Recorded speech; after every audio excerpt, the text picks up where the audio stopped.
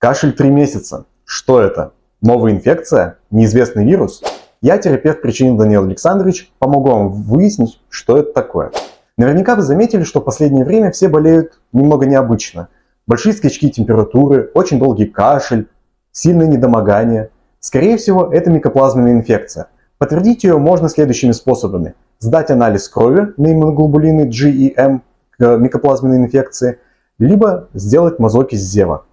Записывайтесь ко мне на прием, и я помогу вам справиться с этим надоедливым кашлем.